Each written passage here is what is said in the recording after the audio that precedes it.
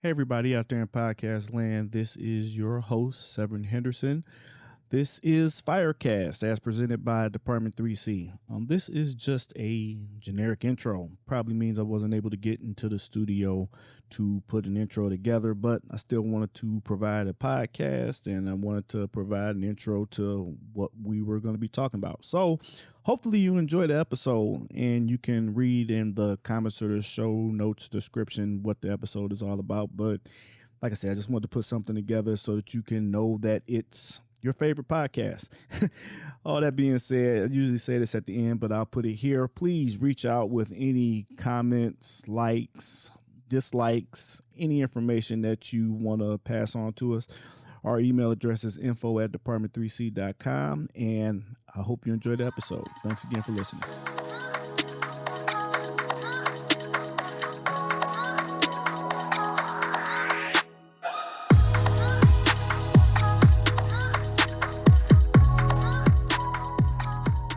First thing we're going to get into that I wanted to ask you about and that you wanted to speak about more than anything is inflation. The American people, we are going through inflation, a recession, skies falling, monkeys are coming to steal our kids. Well, that's probably what Republicans think for real. But besides that, talk to us about inflation, what you think of the situation, some things we may be able to do to kind of make ourselves resilient in these times like this? Well, inflation is one of them things where, for a society or a country such as ours, you want it to be between like 1% and 2% or 2.5% or so. That's considered a healthy inflation. But now, due to the pandemic and everything that has happened since COVID, inflation is at like 8.6.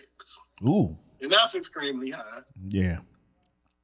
But it's not high to the point where you're seeing the country as a whole struggle.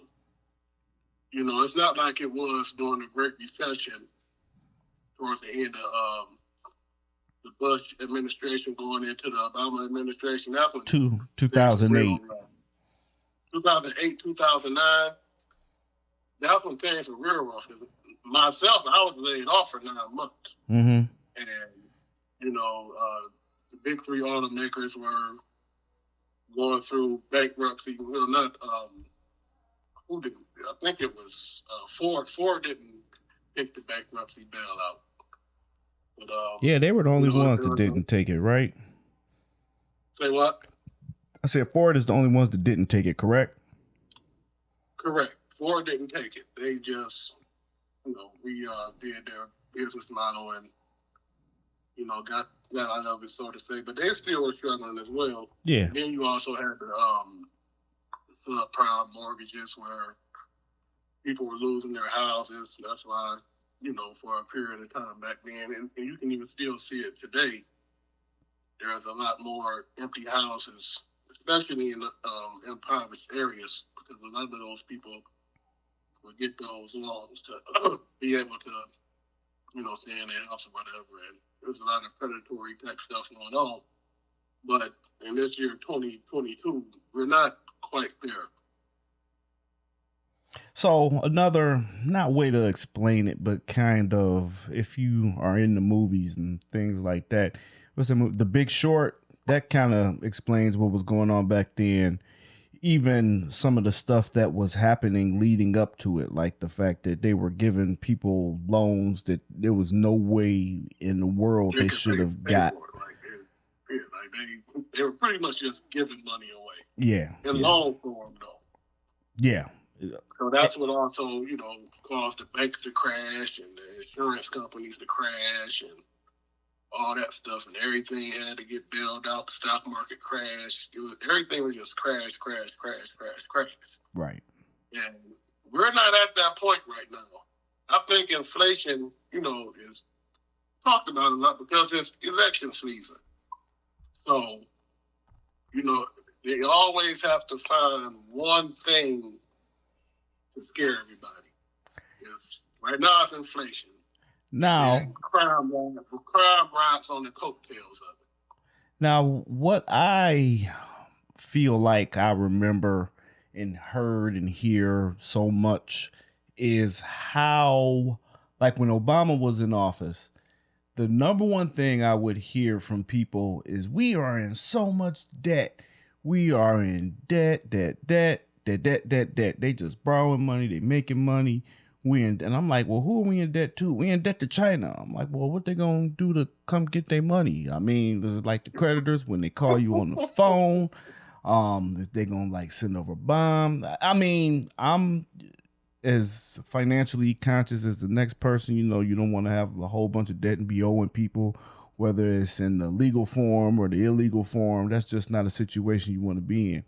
But in the next presidency, I saw that same number go up, and I don't hear that complaint from anyone anymore. And I have, you know, how people say they got the receipts. I'm not going to look for it on my Facebook page or anything like that. But this is a question I asked, and people were up in arms about this debt. Now the debt is even higher, and I don't hear anything about it anymore. Well, you got the debt, and you got the deficit. You know what I'm saying? Uh-huh. And explain the difference to us. Well, debt is the amount of money that is out there owed by, people that the United States allowed to buy its debt. So as the United States continues to spend money, the debt goes up because someone owns that debt. It could be, like you just said, China. It could be investors. It could be the American people. But then you also had a deficit. And the deficit can be explained like, what is the difference between the debt, the amount of money borrowed and the amount of money that we put in? You know what I'm saying? So right now, the deficit, since Biden has been in office, the deficit is down 1.7 trillion. Mm-hmm. And we ain't even been in office for full 2 years yet. That's pretty good. That's that's awesome. That's one of the biggest deficit decreases in regards to the debt in history. In fact, it is the biggest in history. So it's not like the United States is borrowing all its money and it's not paying it back. Okay. And as long as we decrease the deficit, the debt is also affected because we're not paying our bills. Okay, so that's why I don't hear about it. Of course you're not. Because that's, a lot of people don't pay attention to that kind of stuff because, everybody is tribal. So everybody is just going to believe what they want to believe, say what they want to say, rather than looking at the facts of the matter. Like going all the way back to Bill Clinton, that's over 30 years. Democratic presidents have always brought the deficit and the debt down. I mean, you can look it up. Like, it's a simple thing to Google. But, Republicans always say that Democrats love to just spend and not repay the debt. But that's just simply not true. You know what I'm saying? Because, facts matter. Just go look up the facts and you will see that it's Republicans that run up all the bills and don't have a way to pay for it. Okay. So once that happens, then, a Democrat has to come in and clean it up. It happened with George Herman. It happened with the first Bush because he said no new taxes and he rose taxes anyway. And Bill Clinton came in, wiped all that out. And in fact, we had a surplus at one point because of that NAFTA deal and all that was kind of turned out to be trash. And then you had the other Bush come in And the deficit that Bill Clinton had created, he gave all that money away to businesses and rich people. Right. So then the debt and everything went back up. And also the war with Iraq and Afghanistan and all that stuff happened. And it went up even more because you got to pay to, mobilize the military. And then that's when the Great Recession happened. And then Obama came back and everything went back down. And then Trump came in and everything went back up. And Biden is in and everything is going back down except inflation. So let's get back to inflation. Talk some more about the inflation. You gave us some of the numbers and what inflation is and where it's at. So what do we have to look forward to as the American people? Well, inflation is going to be a thing that is going to be with us for a while because, quite frankly, even though the president said we're not in a pandemic, we're still feeling the effects of being in a pandemic when we were. Mm-hmm. Because, like, the way I look at it, the way I think about it is this.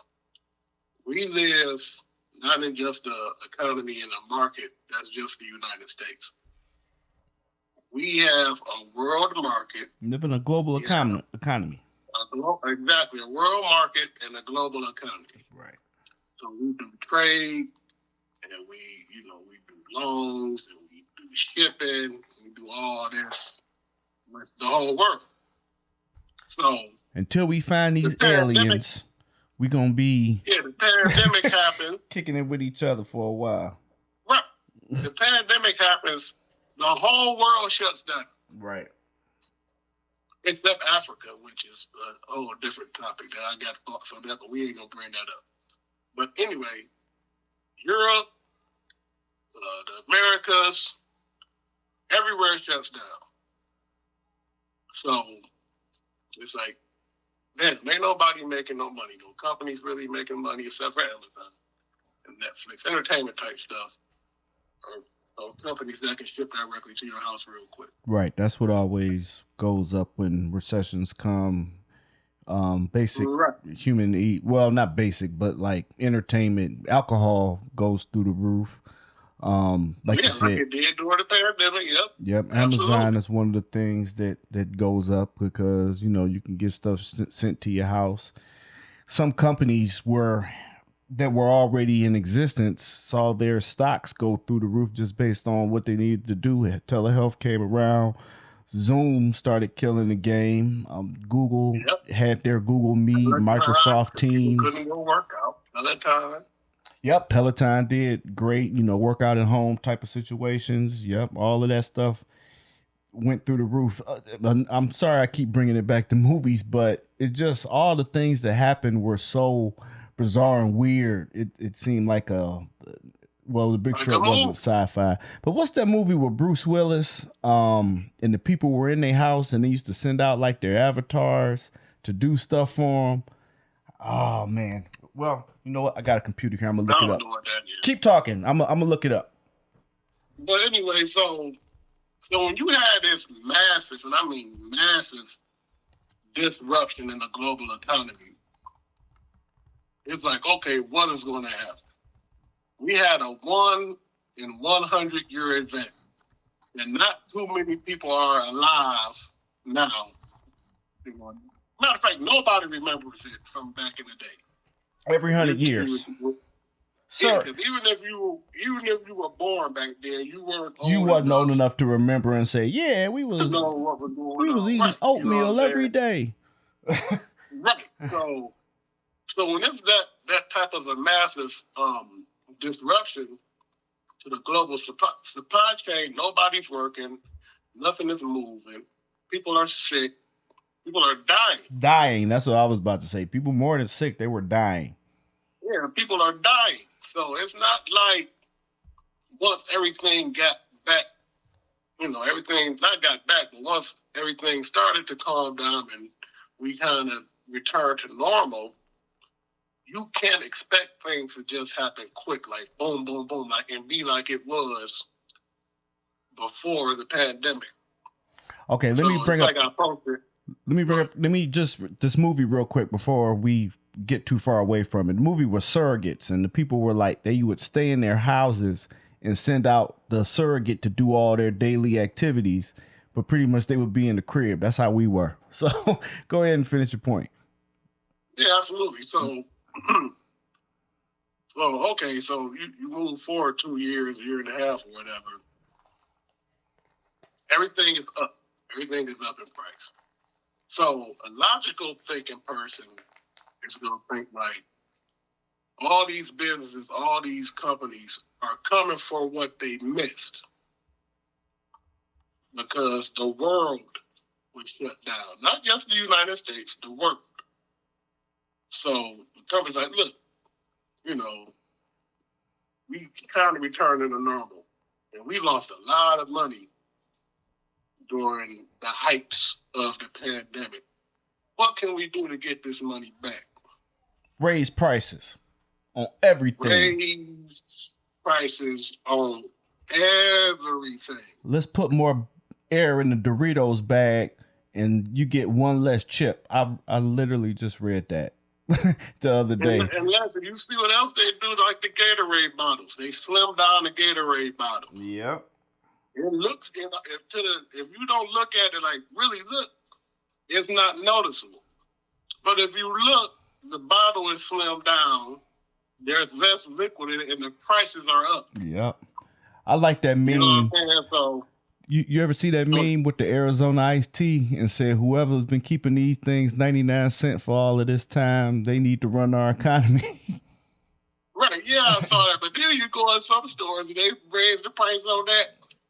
For themselves. Yep. You know what I'm saying?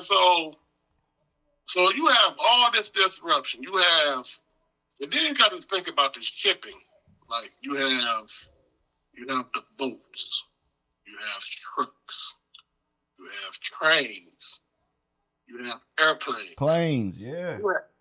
You have all this stuff to where goods is able to move. And the mechanism by how they move. So you have people die. You have people that didn't want to be a part of the vaccine mandate. You had not enough workers to keep the global supply chain moving as it once was before the pandemic. So it's like, I sit back and I watch everybody get mad at the president. I'm the reason all the prices is up. No, he's not. You had a 1 in 100-year event across the world. And all these companies want their money back and then some. Because one of the things that people have to think about and have to remember, goods, services, and all these things that we enjoy as citizens, they're not made for us to enjoy. They're made for people to make money. We get to enjoy them, and we find things that we like. But at the end of the day, we're consumers. And consumers are at the mercy and at the feet of the business. So if they say we go put more air in this bag and put 5 less Doritos, but the bag will look like it's full, we going to still buy because we like Doritos. Right. Okay, the price went up 25 cents, 30 cents, whatever. Right. I still want to get that nacho cheese. I want to get that cool ranch or that fiery, spicy nacho Dorito. You know what I'm saying? Yeah. So if there's not, you know what I'm saying, a revolt against like business, then the prices won't go down. But people don't want to do that because people want to enjoy their luxuries. So they look for who to blame instead of what to blame. And that's a flaw in humanity. Well, that's definitely not nothing we can fix on a podcast, but we can sure enough talk about it. But it's something that we can talk about, right? So people can't just be on some, He the president right now. It's his fault. Yeah, no. This all started when the other dude was the president. But a lot of... I remember when I walked in Home Depot one day, like a 2x4x8. Typically, it's between $8 and $11. During the summer of the beginning of the pandemic in 2020, a 2x4x8 was like $18. People don't talk about how inflation had been started. You know what I'm saying? Because they inflated the prices of woods because a lot of people was at home. Wood went through the roof. Do a project. Let me, tear this wall down and extend it out. Let me build my new deck. Let me extend my deck. Yeah. Okay, and all these people going to buy wood, we're going to raise the price up. Yep. Wood, so even plywood, all the wood went through the roof, and it got to the point. That's why I said woods. But it started. It priced out a lot of contractors at the same time too. So I want to get back to a point you made before we move on. You was talking about humanity. So another thing about inflation, another thing we see, and something that you can definitely point to and see, is the cost, not even the cost, the amount of the athletes make for entertaining us, right? You see the contracts keep going up and up and up, up and up and up. And these contracts are astronomical, but guess what? Somebody's paying them this money at the same time too. When, like I said, this is a humanity question. It's just your opinion. But when in life is enough? Because it's to the point where some people make so much money, even if they blow it, their grandchildren can't even spend all the money that they're accumulating. CEOs, when they're quitting and taking severance packages, they're taking severance packages 7 times the rate of their regular salary to go get another job somewhere else and do the exact same thing. So, like I said, it's not an issue we can fix. It's something we can talk about. But what do you think about those issues there? You want to know what happened? Like, I was reading this one thing. It was talking about, like, CEO pay and owner's take of, the business, the money that the business generates. And I think it was back in the late 70s, maybe 60s. There was a corporate tax rate. And, their wages and all that. The corporations used to be taxed at like 70%. Oh. In the 70s, 60s, 70s, in the 60s, and going into the late 70s. But then, something happened. Ronald Reagan got elected, and it flipped. It flipped to where a CEO might make five times what the workers make, 10 times. You have CEOs making 50 times the amount of money that the lowest worker makes in their company. Makes. Yep. And that's crazy. That's crazy. And like I said, when is it enough? It's not enough because rich people don't ever feel it's enough. And a lot of regular folks don't feel it's ever enough. You know what I'm saying? It's just like how we do the Snowfall podcast. And, some of them drug dealers are, I'm going to make this and then get out. But at the end of the day, they don't make this and then get out. Well, because I got to get more. I got to have more than what somebody over in another country has or in another state or another city.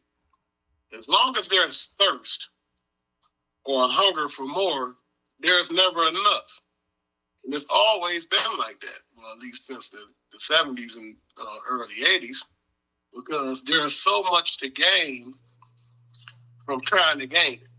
Well, because there's no roadblocks, there's no safety nets, there's no measures put in place to say, okay, you got enough now. Go ahead and spread this out now. You ain't got to have it all. But all that stuff has been taken away. And plus, again, like we was talking about the global economy has expanded.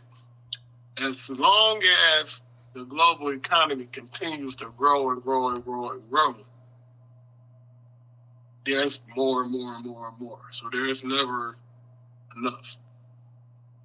Greed, like it's another '80s movie reference. Greed is good. Wall Street. That's what the like you said, the '60s, '70s, really in the '80s. Ronald Reagan coming around made all of that popular. So let's move on. Let's move on. Let's talk about some Senate races and some House races. The election is coming up. That's what we originally started this podcast. I had this podcast about. We wanted to make sure we got it out before November. So like I said, let's talk about some Senate and House races. Well, I'll start here. You know, I'm in Ohio, Cleveland. So we have a big Senate race. And we not big, but we have a very interesting House race. Mm-hmm. I'll start with the Senate race first. You got Tim Ryan and you got J.D. Vance.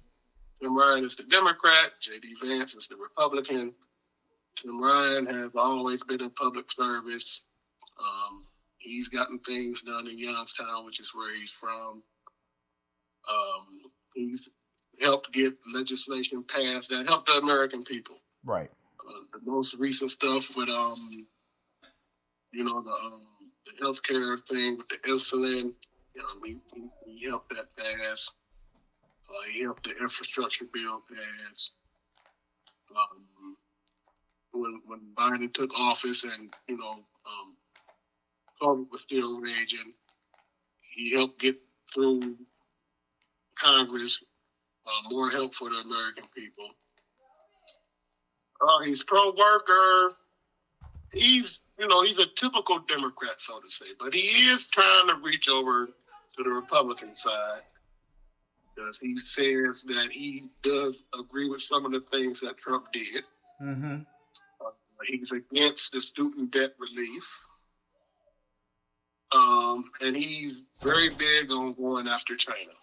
He says that a lot in his campaign ads. Then you got J.D. Vance. J.D. Vance, a guy from, I want to say Middlefield, Ohio. He was a Marine journalist. He was in the Marines as a journalist. I've never heard of a Marine journalist, but at least he still served his country. He's a guy that lived out. Didn't you see Full Metal Jacket? How you never heard of a Marine journalist? I mean, he was a Well, yeah, but it was just interesting. Like, man, you watching a movie, you ain't thinking about that, how it is in real life, but like, that's a good point by you. But anyway, the Marine journalist, he left Ohio, moved to San Francisco to be part of corporate America, where he worked with a guy named Peter Thiel. He's a guy that thought about the Capitol. So then he put out a book called Hillbilly Effigy, which is about growing up where he was from during an Obama administration and what Obama didn't do or did do for that area. The book sold pretty good. So he got in with Trump some kind of way. I don't know that whole backstory, but Trump convinced him, you should maybe run for office one day. So he moved back to Ohio to establish residency so he could run for the Senate to replace Ron Portman, another Republican, and he's running as a Republican candidate. Okay. Ohio is one of those states where pretty much, like down in Columbus, they have where if a restaurant is going to make it or not, they put it in Columbus. That's kind of the test market for the entire country of what a restaurant is going to do. And Ohio is kind of like the heart of the country, the heart of it all for real, because what really happens there, Ohio is a polarizing state. Like the state I'm in, Illinois, while it can be Republican when you go further south, there are so many people in Chicago. There's more people in the city of Chicago than there is in the rest of the state, and they call it the state of Chicago. So whatever really happens here is what's going to carry the state. And a lot of the Southern people don't like that. But Ohio doesn't have that same problem because you have Republicans that vote, get out and are active. You have Democrats that get out and are active. So Ohio is that state that makes up a lot of what we see goes on in the rest of the country. Let me ask you a question, because I always like to ask people this question, and they always get it wrong. I'm gonna see how close you come to getting it right. When considering population size, where does Ohio rank in population size for a state compared to the rest of the country? I have no idea, so I'm not gonna get it right or wrong because I don't even know. Take a guess. Take a guess. Where does it rank as far as a state? It's a state in regards to population. How many people live in Ohio? Let's put it like that. Okay. Compared to other states. Well, a lot of the states we have in the country aren't heavily populated. You know, you go to the Dakotas, the Wyomings, Montanas, and even though they're huge in land size, they don't have a lot of people. You got New York, got a ton of people as a state and a city. I'm gonna say on the upper side of the 50, that'd be 25. It's got to be in the top 10. Well, that's pretty good because you have been the only person that say at least in the top 10. Ohio is the 6th most populated state in the country. Oh, okay. Number 6. A lot of people don't know that because, like, when they think of Ohio, they think, well, a bunch of farms, cows, horses, pigs, whatever they want to think.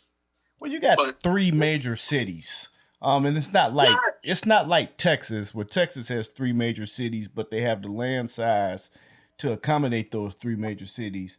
But Cleveland is, even though, you know, dwindling in some cases, in some points, it's still a major city. You got the hospital, got teams. Columbus, huge city, and Cincinnati. So you got 3 major cities in one state. Like even Michigan has just Detroit, really. Like I said, Illinois just has Chicago. Like I said, Texas, the only other one I can think of that has San Antonio, Dallas, and Houston is 3 major cities. And you could even argue some of the other cities as major cities as well in Texas. But yeah. If I'm not mistaken, it goes California, New York, Texas, Florida, Illinois, Ohio. Illinois. No S. Well, whatever. Ohio. But a lot of people wouldn't think that. And that's why a lot of times you always say, well, Ohio is the bellwether for the country. That's because it is. Yeah. It's right in the middle of the country. You know what I'm saying? It has a fairly populated land base. And for the longest time, it was split, 50-50 between Democrats and Republicans. So that's why it has always been called the bellwether. Yeah. But if you go up to 10 people and ask them, what do you think Ohio ranks in terms of population in the country? 8 of them go say outside the top 10. Probably more than them go, or they'll say outside the top 20. Yeah. Not a lot of people even realize how many people live in Ohio. Yeah. And like people ask them, well, who has more people, Georgia or Ohio? Georgia, ain't no way. No, it's Ohio. All they think about is Atlanta. What about Michigan? No, it's Ohio. Well, like I said, they only got one city. No, it's Ohio. You know what I'm saying? So we are the bellwether. And that's why that Senate race that I was just speaking about is very important. Because, the candidates are polar opposites. Right. Because when you talk about the issues, like, Tim Ryan supports, I call it a woman's private life. I don't even like to say abortion. I like to say a woman's privacy. He supports a woman's privacy. J.D. Vance doesn't. J.D. Vance says that women should have all kinds of kids and if that kid was conceived through rape, incest, or any terrible other thing, then the baby should be born. Yeah. That's those issues, they are discussion points of topic, but I'm not gonna sugarcoat it or lie. I don't feel comfortable as a man being able to tell a woman what she should and shouldn't be able to do, morally, Nor should any man. legally, or anything else like that. But it's another podcast I listen to that kind of breaks down the topics of the day and makes it real basic. And it was saying that abortion wasn't even a moral argument to begin with. It was more of a medical argument for women to not be out here killing themselves by accident trying to get rid of babies. Yes. Yes. No, is there some women that, use abortion as birth control? There probably is. Is it millions of them? No. Absolutely not. And then, one of the things that I really hate to hear when, listening to all these ads that's been running because it's election season. Well, Democrats support late-term abortions even when the baby is coming out the womb. No. What normal person see a baby come out nah. Healthy baby that's born, that as soon they're born. Well, they would take the baby's life as soon as it's handed to his mother. What kind of fanaticism is that? Yeah, no. Nobody does that. It's a scare tactic. It's the boogeyman. There ain't no boogeyman. Why make a woman who might have had some complications even during birth? Why turn her into a boogeyman? Right. Yep. I know of somebody, no names please, they went to have their baby. The baby had been healthy up until, it was time for her to give birth. And something happened while she was giving birth, and she delivered the baby dead. Stillborn. The baby was born. It was a fully developed, healthy baby up until it was time for the baby to come out, to be delivered. Yep, that happens. You know what I'm saying? So for people to put out stuff about women wanting to abort their babies up to birth, no woman wants to do that. No woman wants to do that. You don't want to carry a baby for 9 months. You feel this baby kicking. You feel this baby doing flips. You go and get your ultrasounds. You see the baby smiling, sucking his thumb. And then you get to the time where it's time to deliver. You're like, no, I don't want it. No, I don't want it. That's cool. No. Are there abortions that happen late term? Of course, because maybe something happened with the baby. Maybe the heart didn't fully develop in that seventh month or that 8th month. You know what I'm saying? So the doctor say, well, you might have to abort this baby. Maybe the baby's head hasn't fully, the skull is only halfway developed, and the brain is hanging over the skull. You could go on and on. I mean, we're human. There's so many different things. But to turn women into the problem, to demonize them for talking with their healthcare provider, you know what I'm saying, their family, if they're into faith, if they're talking to their pastor or their priest, but to demonize them because something happened with the development of that baby, say, well, you're an abortionist, and Democrats support you because you're an abortionist. That's bullshit. Yeah. It's bullshit and it's not fair. And they run all these commercials about this stuff. And it's unfair and it's just not true. There's a large segment of our population that believes it. Yeah. And we don't even, people say, oh, I want to do my homework and do my own research. All people do is go look. Well, all they do is go look for facts to support what they think is right.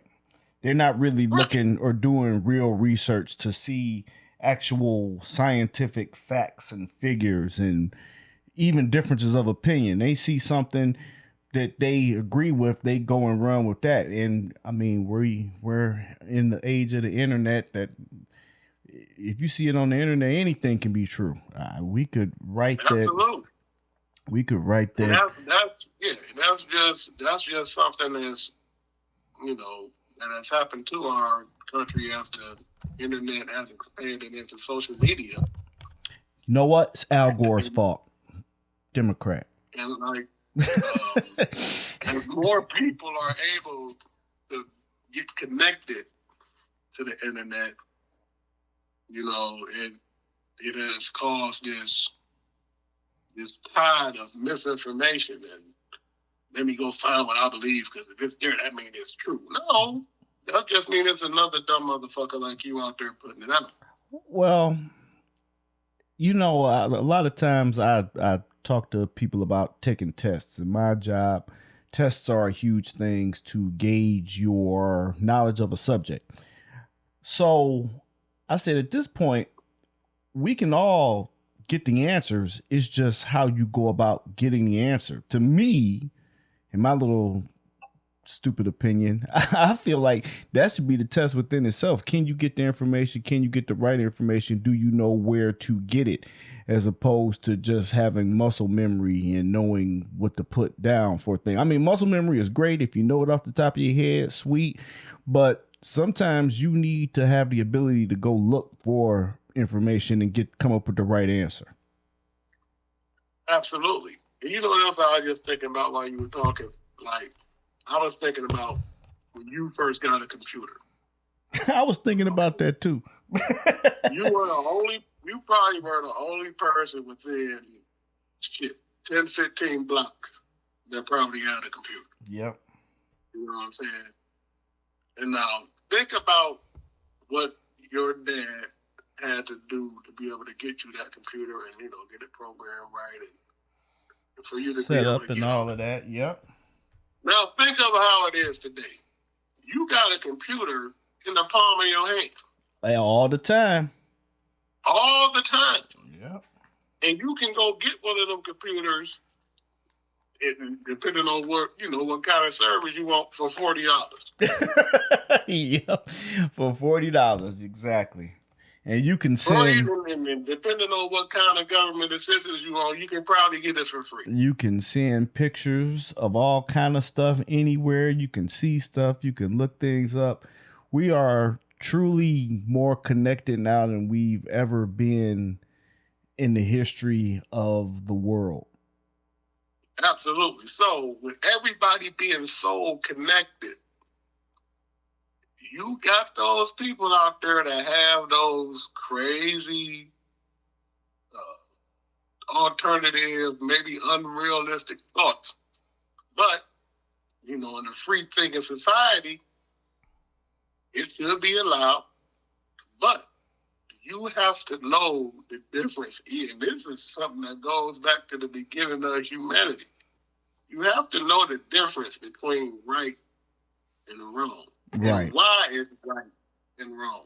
And not based, I don't even want to get into this subject, but not based on just religion. Because a lot of people lean on that to make them good and make them feel like they're good and everything else. And I'm like, you shouldn't need a book to tell you to be a good person.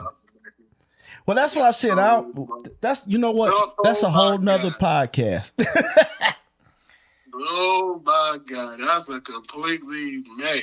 That's a whole nother podcast.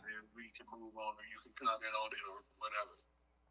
I think religion has done more harm to this country than good, especially with what we just talked about.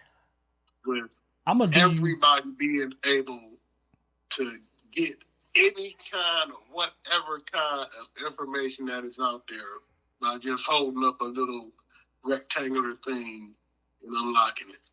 I'm gonna do you one better. Forget the country. How about the world? The world. and the Crusades, and we find these books that's written. Oh no, we got to burn these up. We found this library with all these books in it. Oh no, this got to go. Based on what? Based on religion. So I want to say this to her. Like, I was talking to this girl at my job, and I like have made this thought up as I was just talking. It's like I'm one of those people. Like, even while I'm talking, I'm thinking. You know what I'm saying? And like, I know that might sound kind of weird, but I can talk, listen, and think at the same time. Because, like, I was talking to her about religion, and we was talking about, like, if you don't praise God, God won't let you in heaven. So I say, God is a very arrogant God, and so is Jesus. If whatever thing they say in the Bible is like how you get into heaven. I mean, just think about it. You can do everything the Bible says, everything that the Bible recommends you do, how you live, and all the way down to the way you wear your clothes. And I forget that part about the clothes. But you can do everything, but if you get to the pearly gates, like, what's up, God? Do you praise me? No, but I believe in what you say. You can't get in here.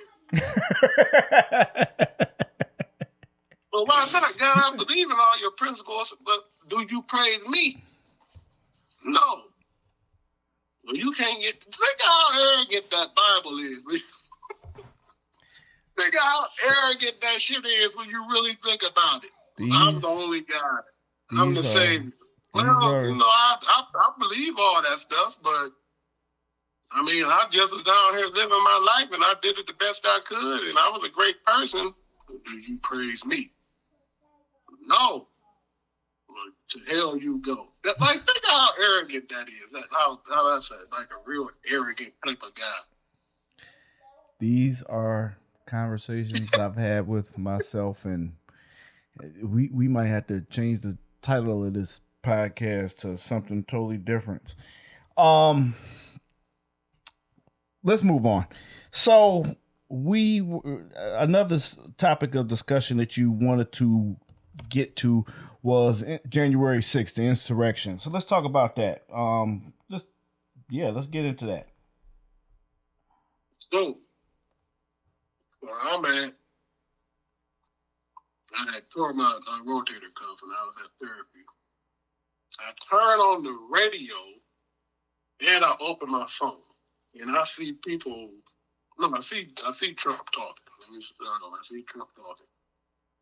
I get in my car, drive a little bit, and I get home, and I turn the TV on.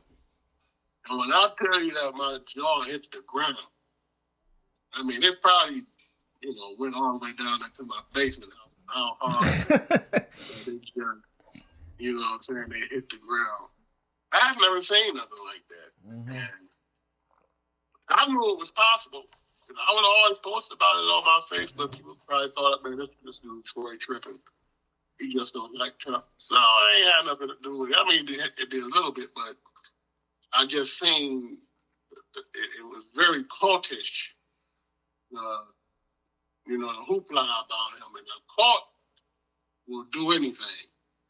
A cult will surprise you to the point where you didn't think something like that was possible, and that's what cults do. Like, you could go back to the David Koresh thing when they were fighting out with all the FBI agents back in the day. Mm-hmm.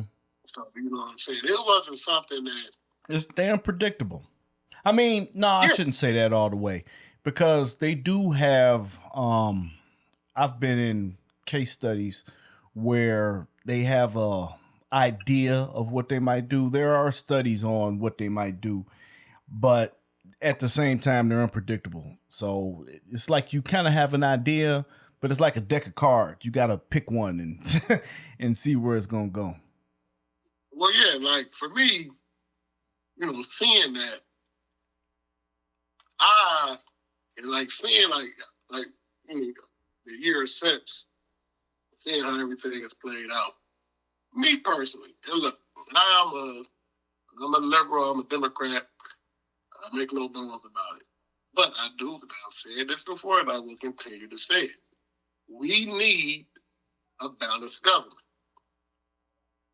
We need a balanced government because we need checks and balances. That's the way the system was designed. And I believe in that system. But since that January 6th stuff, and because of not enough Republicans have come out to condemn it and move away from Trump, I don't think we can elect this current wave of Republicans.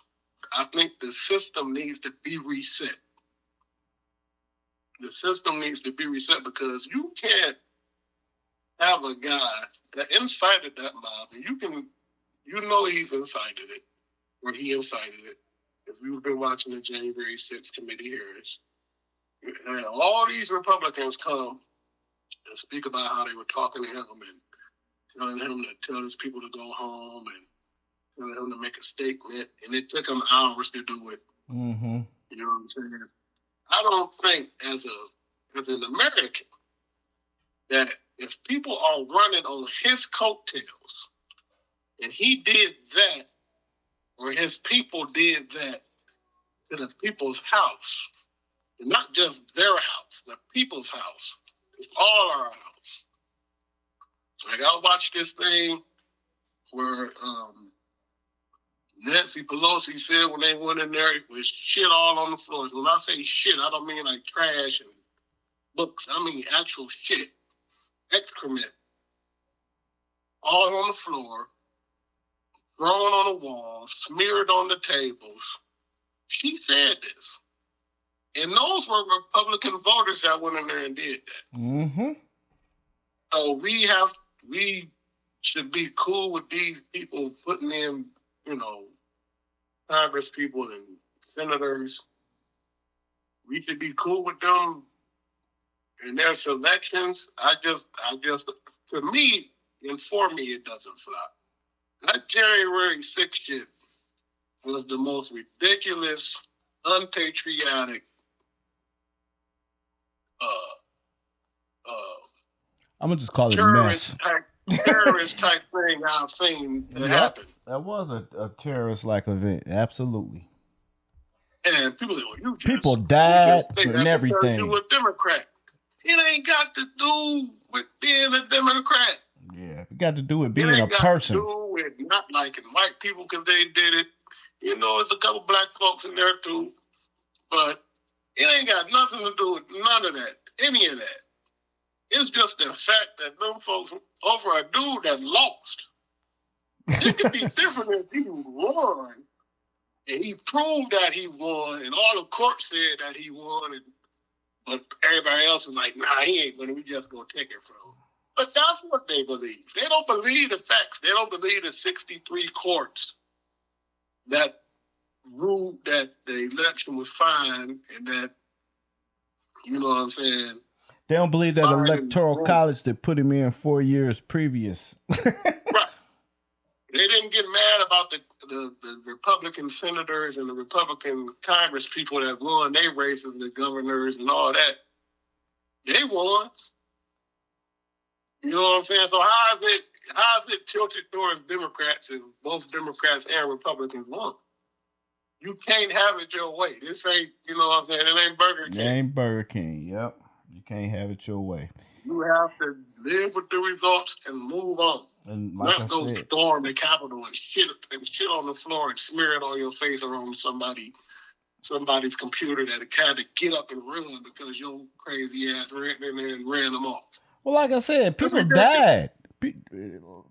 That's like the ultimate sacrifice over an election, and it's not fair. It's not cool. I mean, these people, some of them are going to jail and getting caught and everything else, but at the same time, this dude incited a riot, and they like, hey, you got to go out there and tell these people to chill out. This dude go out there and do the exact opposite. They said said he was watching it on TV and told one of the dudes, I guess they really mad, huh? Right. Guess they really mad. And you turn this on. It's like you turned on this faucet. You got this water flowing. Go turn it off. Nah. They literally was chasing senators and Congress people. And this dude watching it on TV and doing nothing. Yep. Ain't help. Ain't. And people still go vote for people that he endorses. It boggles my mind. Like, it boggles my mind. But, you know what I'm saying? What can you do? In the January 6th committee hearings, they've been putting it out there. I know a lot of people, I ain't watching that.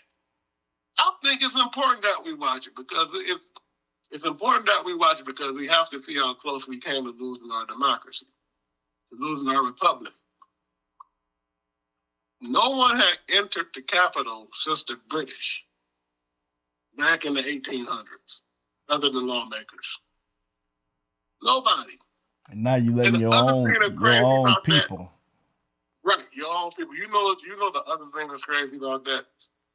Do you know that 80% of the people that stormed the Capitol were normal working class people? Yep. 80%. Like, they always talk about the Proud Boys and all these other far-right militias. 80% of the people that stormed that Capitol was a part of no militia, no right-wing extremist fringe. They were people that if you could be walking in the store, would be right next to you, walking down the street, in front of you, in the restaurant that you in, at the ATM, yep, or work with you. And I think that says a lot about where we are right now as the two parties. The other side I say, well, what about that chief when they were burning down cities? And I say, well, I can show you where they said that 94% of Antifa protests were peaceful. That's just the fake news media. Now. So were you there watching them? I watched January 6th on TV. Now, nobody died, but, and I don't even know who it was, to be honest with you, because they said they paying people and sending them up there. I was in the middle of a riot with no gun. I'm just fireman out here. I got an axe, but like trying to make a hydrant to get some water because somebody set this camera store on fire, and they throwing M80s at us. It you know what it looked like, and I say this all the time. People are like, how? It looked like Batman, the last one, the Dark Knight, when the people was in the street just fighting each other and everything. It looked just like that. And you watch that kind of stuff on TV. Oh yeah, this cool. This what's up, man. I'm not afraid to say it or ashamed to say it. I was scared as ever. Cause like I said, I ain't got no gun. I ain't got no vest. And people like firemen, but they don't like us enough to not throw bombs at us while we trying to do our job. So it was right. The bridges was up because, like, if you here in the city, they was trying to keep the people downtown. So the bridges was up, and it was something I had never seen and hope to never see again. Yeah. Dude, think about the year 2017 to 2021. We seen so much stuff that we thought we would never see. We seen stuff that they were seeing in the 60s, but even worse. When I was talking about the riots, they talk about the King riots in Chicago, and they burned the West Side down. The West Side still hasn't recovered a lot from what happened then.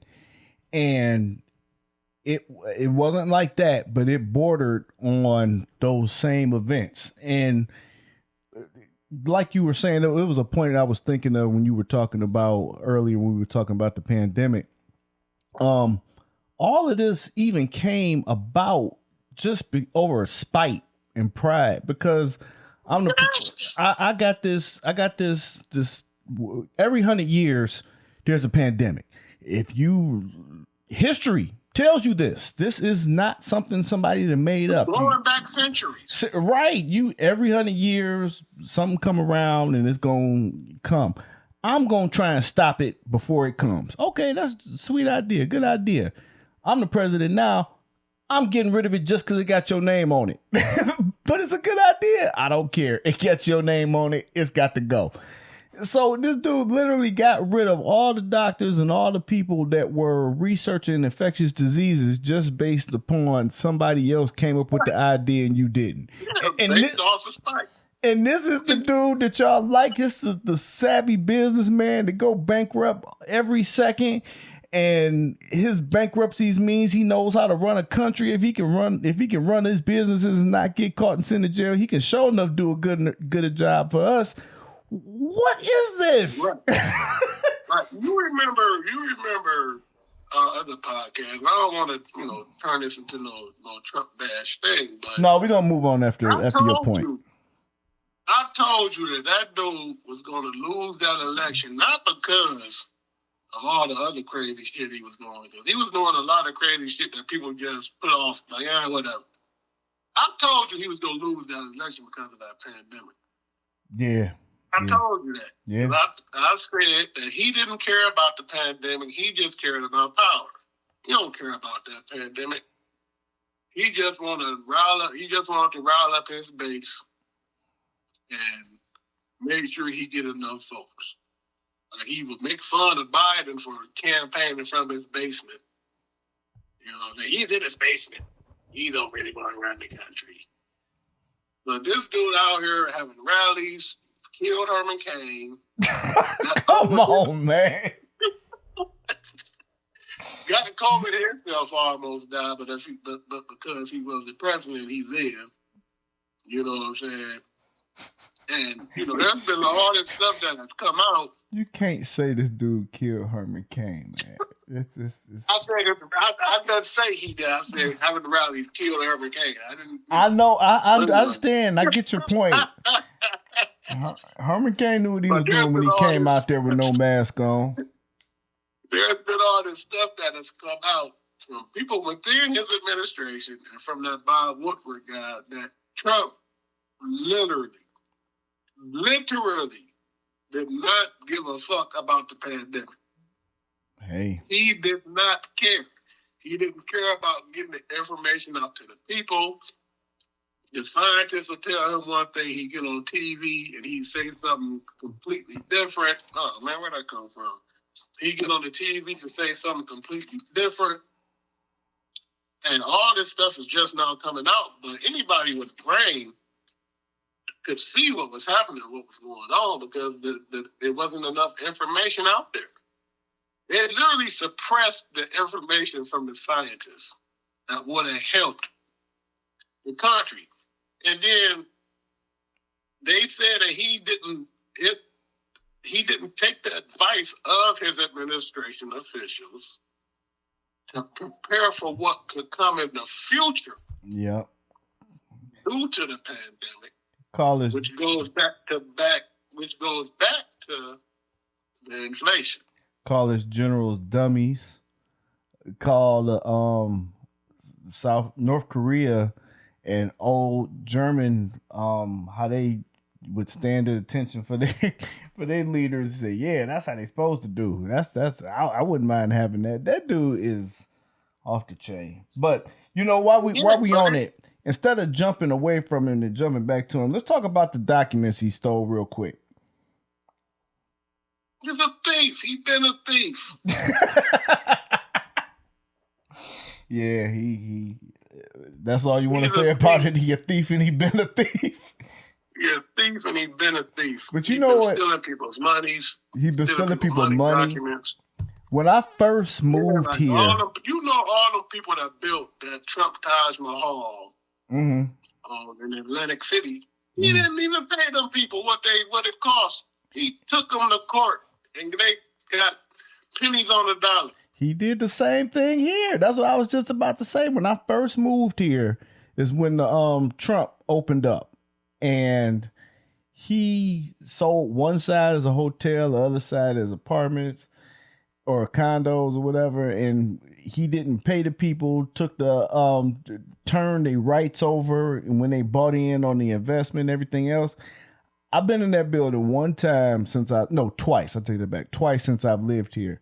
And it is a beautiful building, but I don't understand how it's still operational with all the stuff he does. Maybe that's what people point to when they say he can run the country. If he can scam and trick people. Still on it.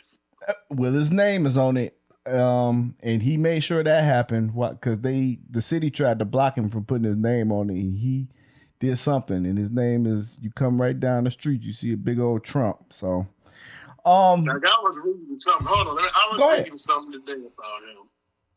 They said that he had a rally in El Paso, Texas, back in 2019. Cost $589,000 to put it on. He still ain't paid them folks. He still haven't paid the city, and it ain't just them. He owes millions of dollars to cities that he has held rallies at because he blow in there. They got to do all this security. They got to do all this overtime for the police. Well, that's like all that stealing. He went to his own spot and made the American people pay for him going to his own spot to play golf. And that's all he talked about Obama doing. He's a thief. He said, he's probably working on his golf game. And that's going to be what ultimately gets him indicted as that stuff that he stole, because that's, in a way, it can be considered espionage. Yeah. And there have been plenty of people that have gone to jail or prison for having national security files or threats to national security that are in files with them. You know what I'm saying? And he don't just have one or two. He has hundreds. The thing that's funny, but it's definitely not supposed to be funny, he said you can declassify a document in your mind. Just think about it. It's declassified. This dude is absolutely nuts. And I give him one thing. He says anything. Not that it's a good thing, but he says anything. Here's the thing about him, though. Like, everybody, Kanye West in the news right now for all his exploits. I think Trump worse than him. Yeah, I agree. And Kanye, he just making everything worse for himself. Like, everybody dropping him. What lives? Okay, a rat lives in filth on top of the ground, and they burrow underground. What lives under a rat? A roach. Roaches. They're gonna be around forever. Yeah, Kanye a rat. Trump a roach. So we've been going for a long time, and it ain't really too much to cut out. And I don't want this to be a 2-parter or a 2-hour podcast. So let's go over these few more topics. You wanted to speak about the Supreme Court. Now I'll let you go and I'll let you cook, and then I'll come around and back up some. So go ahead. What will we talk about the Supreme Court? I've always been a guy that loves the law. Like, laws keep, the citizens straight so they don't, overrun each other. And the Supreme Court is the height of law. There's not supposed to be any partisanship. They're supposed to rule based on the Constitution for the most part, but because we are a more a more evolved nation, and because things aren't quite like they were when the Constitution was written, we have to, rule based on how society is now. But for me, I feel like the Supreme Court is bought, and the reason I say that is I've always paid attention to Clarence Thomas. mainly because he's a black man. And I always thought it was interesting that he would never write an opinion. He would never speak when they would have oral arguments at the Supreme Court. He would never say nothing, but he was always very far right. This guy's on the Supreme Court and he don't talk, he don't write opinions. He just sit there and like a rock. And then they started adding more people like him. And now he won't shut the fuck up. He writes opinions. Now he got backing. He writes opinions. I mean, it was other conservative justices, but they weren't as conservative as him. So now he's writing opinions. He got his wife out here running around. You know what I'm saying? He's showing up at seminars and he's going to speak to college students. He's doing all this stuff, but for decades, this dude didn't say shit. But once they started adding people like him, here he is. He's constantly in the news. You would never hardly ever see anything about Clarence Thomas. You know who I blame? But now because... I said, you know who I blame? Who? Ruth Bader Ginsburg. She should have left. I do too. She should have retired. She should have retired. And I understand kind of what she was trying to do, but this lady knew she was sick. This lady knew she wasn't going to be able to be around for forever. And we let one of the worst people ever be able to pick, what, three people? Three. That's amazing. And that we should have talked about that with abortion, but that like just makes the dynamic of the country just one way. And like you say, it's supposed to be nonpartisan. That is a lie. That is not what's up. It's a complete lie. That is not what's up. Like today, like they were talking about how, and I don't know if a lot of people know this, maybe some do, but when the Supreme Court was first adopted, it wasn't always 8 justices. It was 4 at one point, 5, 7. You know what I'm saying? For a long time, it was 7 because 3 and 4. The Republicans wouldn't let Obama appoint Garland. But right. That's a whole nother topic. But like a lot of people or some people might see that you heard we need to expand the Supreme Court. And then people are like, well, they ain't expanding the Supreme Court. That'll just get liberals and Democrats to court. Look, if you go on precedent about how the Supreme Court got to 8, there's 8 Supreme Court justices. Because at one point there were 8 district courts. And each justice resides over a district. But here's the thing. There's now 11 districts. It might even be more than that. I might be off on that, but I think there's 11 districts. There might be 13. So you all over the place. If we're going to go with past precedents or past practice, it should be expanded. Right. It should be expanded because that is what it was set on.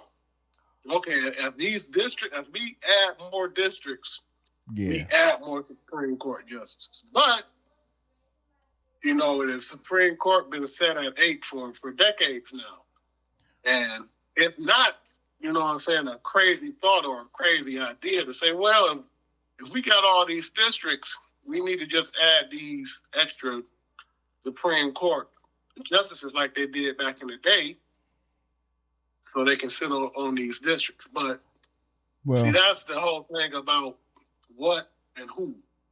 Well, another thing, that kind of goes back to our capitalistic society talking our greed and when is enough, because to me, I feel like it should be term limits even on the Supreme Court. I mean, absolutely. I know you want somebody there that's experienced and know what they're doing, but people are so intelligent to the point where you can present if you are an intelligent person or not to be able to be on the panel, be on the court. But the other thing, and maybe I'll feel different when I get to be 80. Maybe I'll feel like I got the mind of I got now, or I can still do bench 300 pounds or something crazy like that. Maybe I'll feel like that when I'm 80. But these guys that we are talking about, Biden and Trump, are like 78. Yeah. At a point in existence, you got to go home. You gotta just go enjoy your life. The job I'm on here, 63. Hey, you got to go. I mean, you can be a chief, you can be this, you can be that, you can tell people what to do, but you got to go. At some point, it should be term limits on the justices, Congress, and an age limit on a president. But that's ageism if I start talking about that. But that's what I'm saying. When is somebody going to bring that up? Like, hey, we too old hanging out here. We got to go at some point. Nobody's going to bring that up to put themselves out of a job. You know what I'm saying? I believe in term limits for Congress. I believe in age limits for the president, and I believe in age Supreme Court. Like, I don't think. I'd say this: if you are 70, if you're 70 and you run for office and you win, say you win your 2 terms, you be there 8 years. 78, you got to get out. You got to go. Because 70 ain't as old as it used to be. Right. You know yeah, we in a whole different era. It's celebrities. Ryan Isley, I think 80 something. He out here still singing with his cane and actually sound good. So, right, in healthcare, we advancing. I'm with that. But at some point, you got to go home. I think 70 should be the cutoff for senators as well. And I believe if you in the House, because in the House, you know, your term is up every 2 years. You should get at least 5 terms. Because if you can't do something in that amount of time. Right. Yeah. And like if you can't get to the point of being a senator or, you know, maybe working inside the administration after you've been in the House of Representatives for 10 years, I think you just need to move on. Even if you can pick your successor, just something other than you hanging around. Yeah, you hanging around too long. Like, and that's the thing about it. You know, we was talking about the Senate campaign. Tim Ryan been in the House, I think, 20 years, and that's a long time. That's a long time. Yes, you got very long time, do man. something. And like I said, I appreciate the experience. I'm with that. I if you've been there for long enough and you keep getting elected, you're obviously doing something kind of correct, which is cool. Right. For your constituents, for the people you represent. But just at a certain point, someone has to bring up the fact that, as they would say, it's all of us here. We all got this job. We doing what we supposed to do. We representatives, but we got to either move on to something else or go somewhere else because it's just too much. Now, I was talking about our time. We got 2 topics, but I'm only letting you pick one. Oh. So you can either talk about student loan forgiveness or upcoming COVID wave.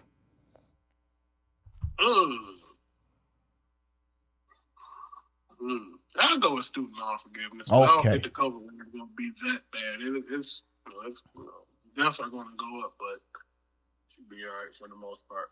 Let me just say one more thing about that. I was reading this thing. It said that the vaccine was more embraced by the Black community, because at first, you know how Black people are with vaccines. Tuskegee, we out. And stuff, and we out, we cool, we don't want to do that. But, you know, as more and more people around them began to die, they said, "Oh, well, wait a minute. This dude was walking around fine last week. And then this week, all he had was a cough. And then later in the week, he dead. Yep. I might want to go get this shot." Yep. So it got to the point where black people began to get so vaccinated that it started to outpace white folks. And as of last week, more white people are dying from the pandemic than black people. Well, at first, it was more black people dying than white folks. I think that's interesting. It is. That's very interesting. But that's all you get. So now we on the student loan forgiveness. Student loans. Well, I have student loans, and I think it's interesting. Like, I took out about $45,000 in student loans. I've paid back $35,000. Oh, that's what's up. But because of interest, I still owe $50,000. Jesus Christ! Ain't that crazy? Yeah. Yeah. Anyway, not 50,000, 15,000. Between 15 and 20. But anyway, I made a post the other day. Student loan forgiveness is something that I believe was needed, especially, these times, because people can always use a little lift coming out of that pandemic that didn't take advantage of the funds that was out there. When I say advantage, I mean in a crook. Because there is a lot of people, doing that PPP game. Mm-hmm. But anyway, and I think the biggest thing that they need to do with the student loans is the interest. The interest is what kills people. Yeah, but that's where they make a lot of their money. It builds and it builds and it builds and it builds. But to be mad at people for getting 10,000 or oh man, people mad about everything that ain't got nothing to do with them. And people get mad about. I said, how you gonna be mad because somebody getting some money? Well, you gonna have to. Where the money coming from? You gonna have to pay for it. I ain't paying for their stupid education, and they ain't helping me and everything else. That's the number one thing I hear. Something that people. I was thinking about this when I was reading this one time. Do you know that federal money goes to watching a dude beat his meat? What? How long can he beat his meat before he pass out? What? Yes. Federal money is a medical study. Oh, how many times can a man come during the day? It's a medical study that's paid by our federal dollars. Man. How many people even know that? I got not me, because I got a joke, but I'm gonna keep it to myself. You know what I'm saying? There is so much stuff that we pay for that we have no idea or no clue that we pay for. Exactly. It ain't like they go mark on your paycheck. Okay. We took your money. Matter of fact, a penny of your money with the federal student loan forgiveness program. Oh my God, they took a penny? Ain't nobody really getting no money taken out of their paycheck for that. People just want something to get mad about and somebody to get mad at. You know what I'm saying? People they got to find somebody to place their anger towards and to get mad at. I'm a lot of things. But it's ridiculous. I'm a lot of things, but one thing I ain't never been. I put this post up as a hater. I just can't be mad about. I can't find the place to be mad about somebody getting something that I'm not eligible for, and I'm, how they say, don't hate the player, hate the game. If anything, I guess I'd hate that, but I can't be mad at it. Good for them. I mean, if it's gonna help them and it's gonna help somebody, put some extra food on their table. I read a lot, listen to a lot of podcasts. Dude was talking about how his parents started cooking breakfast for dinner a lot because, breakfast is a pretty cheap meal. Get some egg, get some pancakes, get some syrup, get some butter. We out here. He said, man, I thought we was living it up. Little did I know my parents was broke. And that's the only way they could feed me was breakfast for dinner. So if this can help some people, why would I hate? Just think about it like this. that little $10,000 or that $20,000. Okay, now maybe somebody they've been living in an impoverished area and paying their student loans. Now they got a little bit of extra money to put away to buy a house, or their kid been sick and the medical bills piled up. Piling up. Yep. Now they got a little bit more extra money to help pay that medical bill off earlier. You know what I'm saying? Maybe somebody trying to start a business. And they got a little bit more money to put towards making that business become a reality from a dream. You know what I'm saying? Why get mad at people that now have a chance to maybe do something great? Because a lot of people feel like if you went to college and you got student loans, that was on you. Mm-hmm. And you should have read the fine print and all that and blah, blah, blah, and blah, blah, and you should have been paid your student loans off. Everybody that I know, for the most part, that has student loans, pay their student loans. But sometimes that hole is so deep to dig out of. Like you gotta hit the lottery to get out. You know, and you ain't just paying that principal. You paying all that interest. And that interest sometimes get to the point where it's more than the principal. Right. And that shouldn't be. I think the whole thing needs to be revised. I think at the most there should be 2% interest, 1% interest on federal student loans. Because people go to college to make money and also help the country improve. Scientists, doctors, but, you know what I'm saying, nurses, all kind of ways. We're in this capitalistic society. At the same time, I'm the dean. I got to make super dean dough. And on top of that, I got to give out these scholarships so we can have the best sports team in the country, in the nation. I got to pay this coach gobs of money, but I ain't paying these athletes. That's a whole nother topic of discussion and everything. There's no reason Nick Saban should make $12 million a year. That's what I'm saying. They making all this super gobs of money. And then, like I said, severance packages once they leave the university, even if they do everything right all the way through, it's time we live in. So, well, we've been going on for an hour 30. Like I said, we don't have a whole lot to cut out. Can I make a closing statement? Absolutely. Okay. I just wanted to say, oftentimes on my Facebook and on my Twitter, I post a lot about politics. I think it's important that people understand how close we are to losing our democracy. I think that voting, for me, is so important because I've seen what people went through for me to be able to vote. I've seen the pictures and I've seen the videos. People getting bit by dogs, people getting sprayed, people getting hung, people getting shot. Just so their generation and future generations can be able to vote. That's not something I take lightly. I think it's very important that we do vote. And right now, not just a normal vote of who's the better candidate between 2, 3, or whatever people. It's you either vote for your democracy to continue to thrive or your democracy to go backwards. For me, I want to vote for our democracy to thrive and move forward.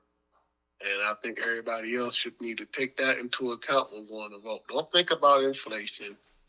Don't think about an oncoming recession. Think about what happened on January 6th.